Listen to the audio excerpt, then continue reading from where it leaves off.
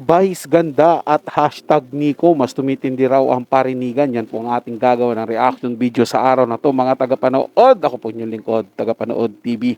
Welcome back po dito sa ating YouTube channel at Facebook page. Bago po tayo magpatuloy at magbigay ng ating komento, reaksyon sa balitang yan, nais ko lang po kayong pasalamatan sa inyong walang sawang suporta at pagtangkilik po dito sa ating channel. At kung kayo bago lang po na napadaan dito sa ating channel, huwag niyo po sanang kalimutan na mag-subscribe. Hit nyo na rin po ang notification bell para lagi po kayong updated sa mga bago pang video na ating ilalabas. Share, like, and comment din po kayo mga tagapanood. Atin niyang babasahin at pupusuan. Kaya simulan na po natin ang ating reaction video sa araw na to mga tagapanood. Let's do this! Vice ganda at hashtag Nico, mas tumitindi ang parinigan. Panoorin ang full video.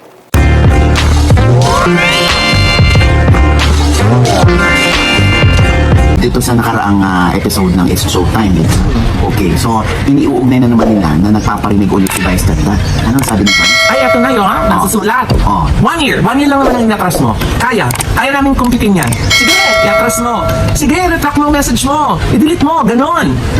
Ganon. So, sari-sari yung komento ng mga netizen, ano? Kung kanino iniuugnay iyon, pahayag na yon ni Vice.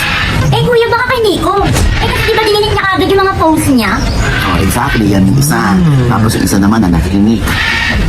Umalma na rin si Nicoloy. May paliwanag siya na kaya niya dinilit ang kanyang post ay dahil sa utos na rin ng kanyang manager. Hindi rin daw siya nagsisisi kung nagsalita siya ng kanyang saloobin at nagsalita rin siya para ipagtanggol ang ibang tao. Ang tanong nga niya sa mga bashers niya ay, kung ikukwento ko ba ang pinagdaanan at naranasan ko sa kanila, magbabago kaya ang tingin niyo sa akin? Siyempre daw hindi. Nako, hanggang saan kaya hantong ang isyong ito? Magkaayos pa kaya sina Nico at Vice ganda?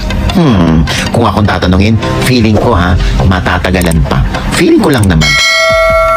Pero alam mo naman ngayon, sa mga panahon, pansinin mo, sensitive na yung mga tao ngayon. Kada buga ni Vice, may meaning na sa kanila. Pero kung kilala natin si Vice, lagi naman siyang ganun. Kung sabihin mo nang nagpaparinig si Vice, baka nga nagpaparinig siya, pero wala siyang tinutukoy.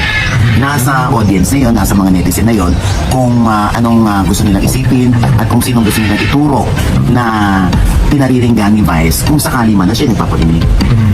Wala pang closure yan. Diba? Magkakaroon at magkakaroon pa rin ng kurutan yan sa ere.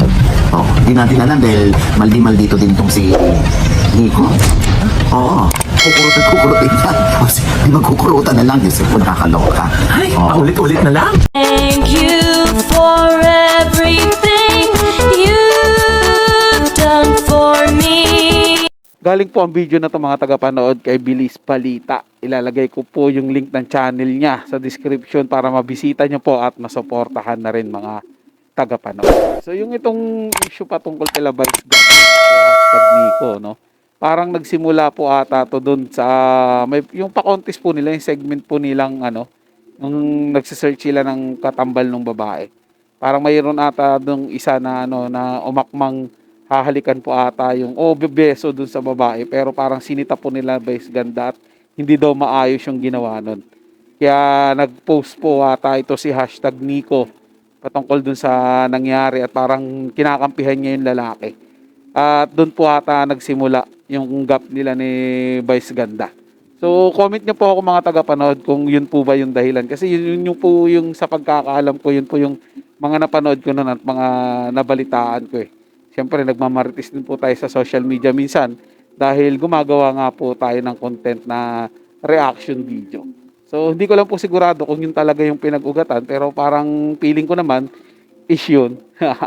Pero ang nakakaano dito mga tagapanood is bakit pinalalala nila? 'Di ba? Parang okay naman yung komento ni hashtag Nico doon. Sa nangyari, 'di ba? Kung komento ka lang naman, wala naman pong masama Pero parang hindi po ata natanggap ni Vice ganda yon.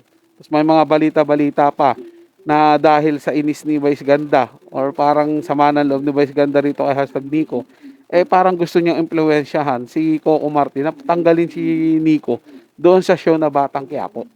Di po ba mga tagapanood? Pero tingin ko hindi rin naman siguro tatanggalin ni Coco Martin yun 'Di ba?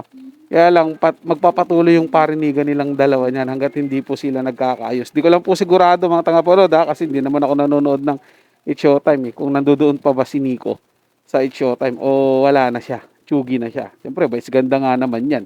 Pag yan ang kinalaban mo, parang yan yung mukha ng ano nila eh. Mukha ng noon time show nila eh. Si Vice ganda. Kaya hindi pwedeng kantiin. Parang siya yung pinaka-bossing nila sa mga artista eh. Pagdating po sa It's Showtime. Kaya bigatin at yan, talong-talo si Nico. Kaya malamang sa malamang natanggal na nga po si Nico diyan sa It's Showtime. So abangan na lang po natin yung mga susunod na balita patungkol sa kanilang tumitinding parinigan daw umano. So yun lang po mga tagapanood, may nagustuhan nyo po yung ating talakayan sa araw na to at kung ay bago lang po na napadaan dito sa ating channel, huwag nyo po sanang kalimutan na mag-subscribe. Hit nyo na rin po notification bell para lagi po kayong updated sa mga bago pang video na ating ilalabas. Share, like, and comment din po kayo mga tagapanood. Atin yung babasahin at pupusuan. So hanggang sa muli po, ito yung Tagapanood TV. Komento at opinion lamang. Wala pong personalan. Paalam po at pabuhay po kayong lahat.